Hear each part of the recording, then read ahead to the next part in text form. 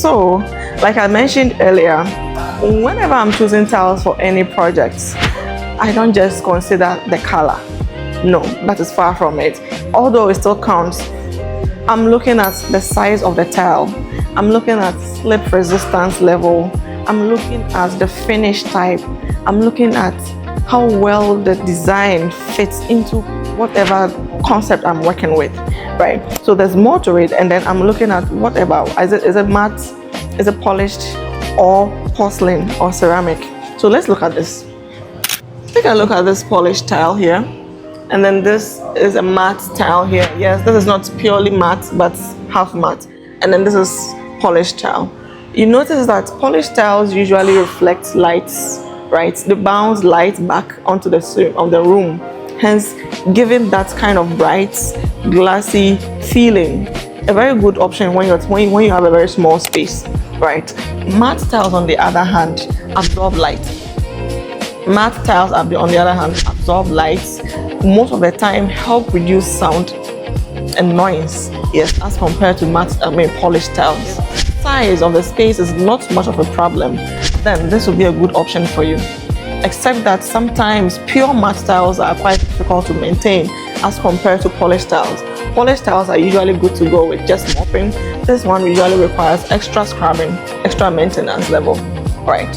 So back to matte tiles. Now let's talk about slip resistance. Not all tiles have that feature.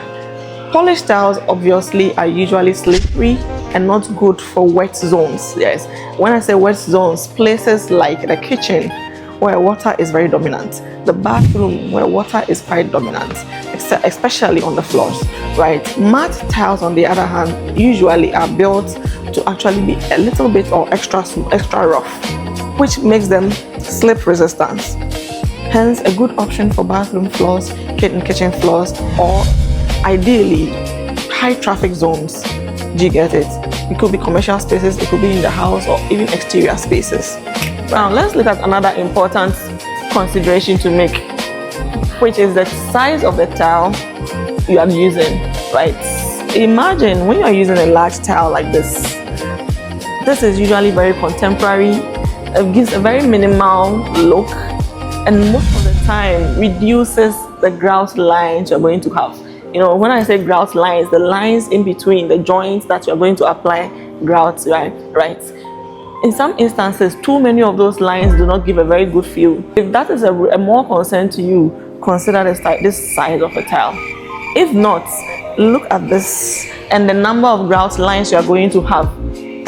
If you're using a tile like this means more grout lines. More grout lines also give a very traditional, antique vibe. Is that what you're looking for? If not, then you might want to consider the size of the tile, which is a bigger one. Most of the time 120 by 120, 60 by 120, or 120 by 120, right? Are we good?